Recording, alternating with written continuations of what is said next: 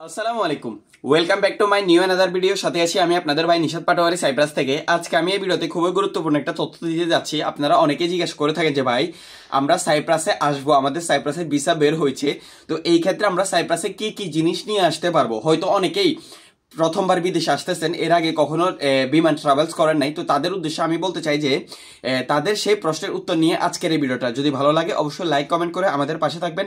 আর যারা এখনো আমাদের আনসিন সাইপ্রাস এই ইউটিউব চ্যানেলটিকে সাবস্ক্রাইব করেন নাই, অবশ্যই চ্যানেলটিকে সাবস্ক্রাইব করে আমাদের পাশে থাকবেন। যারা চ্যানেলটিকে সাবস্ক্রাইব করে আমাদের পাশে আছেন তাদেরকে জানাচ্ছি অসংখ্য ধন্যবাদ এবং ভালোবাসা। সবসময় এভাবে ভালোবাসা দিয়ে আমাদের পাশে থাকবেন। আজকে আমি কথা বলবো যে আপনারা যদি কোথাও কোনো দেশে যাইতে চান অথবা সাইপ্রাসে আসতে চান, তাহলে এই ক্ষেত্রে আপনারা কি কি জিনিস সাইপ্রাসে নিয়ে আসতে পারবেন।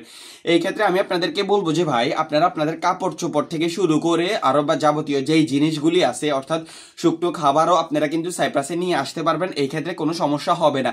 আর একটা বিষয় খেয়াল রাখবেন যে আপনাকে যে টিকিটটা দেওয়া হবে ওইখানে কিন্তু লেখা থাকবে যে আপনি কয় কেজি পর্যন্ত নিয়ে আসতে পারবেন। এখানে কিন্তু টিকিটের মধ্যে লেখা থাকে। আমরা হয়তো অনেকে খেয়াল করি না, বাড়তি জিনিস নিয়ে আসি, তারপরে কিন্তু এটাই এয়ারপোর্টে ফেলে দেওয়া হয় আমরা টিকিটে না দেখার কারণে।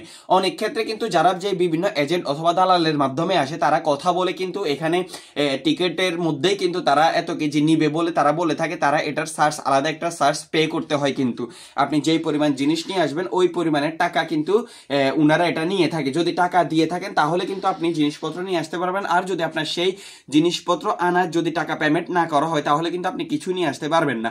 এই ক্ষেত্রে যে সমস্ত জিনিসগুলো আপনারা নিয়ে আসতে পারবেন, আমি যদি একটু বলি যে কাপড় চোপড় জুতা থেকে শুরু করে আপনাদের যে যাবতীয় যে জিনিসপত্র আছে এগুলো আপনারা নিয়ে আসতে পারবেন। আমি আসবো এখন খাবারের ক্ষেত্রে। আমরা যেহেতু বাঙালি, আমরা যেহেতু মাছে ভাতে বাঙালি, আমরা মাছ ভাত খেয়ে বড় হয়েছি, তো আমরা অনেকে আসলে খেয়াল করি যে আসার সময় আমরা কিছু তেল অথবা কিছু আচার ইত্যাদি আরো তেলুক্ত জাতীয় যে জিনিসপত্র রয়েছে শুটকি থেকে শুরু করে আরো ইত্যাদি আমরা আনার চেষ্টা করি, কিন্তু এটা একেবারে করা যাবে না। এটা যদি আপনি শুটকি থেকে শুরু করে আরো বাজে গন্ধ জাতীয় জিনিস কিছু যদি আপনারা আনার চেষ্টা করেন অথবা তেল অথবা পারফিউম জাতীয় কিছু যদি আপনারা আনার চেষ্টা করেন, এটা যদি এয়ারপোর্টে চেকিং এর সময় কিন্তু ধরা খাইলে কিন্তু এটা আপনার থেকে নিয়ে নেবে, এটা ফেলে দিবে।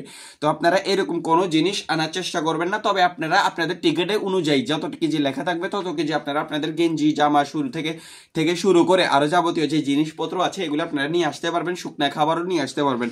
এখানে তেলুক্ত কোনো জিনিস অথবা ভিজা কোনো খাবার অথবা পানি জাতীয় কোনো জিনিস কিন্তু বিমানে নিয়ে আসা সম্পূর্ণ নিষিদ্ধ। এই সমস্ত জিনিস আপনারা কিন্তু একেবারে আনতে পারবেন না। যদি আনেনও নিয়ে আসেনও তাহলে কিন্তু এটা কিন্তু চেকিং এর সময় যখন আপনাদের ব্যাগে এগুলো দেখবে তখন কিন্তু ওনারা এটা ফেলে দিবে, এটা আপনাকে আনার জন্য সুযোগ দেওয়া হবে না। তো আশা করছি আপনারা আপনাদের উত্তর পেয়েছেন। যদি ভালো লাগে অবশ্যই লাইক কমেন্ট করে আমাদের পাশে থাকবেন। আর যারা এখনো আমাদের আনসিন এই ইউটিউব চ্যানেলটিকে সাবস্ক্রাইব করেন নাই, অবশ্যই চ্যানেলটিকে সাবস্ক্রাইব করে আমাদের পাশে থাকবেন। ধন্যবাদ সবাইকে। আসসালামু আলাইকুম।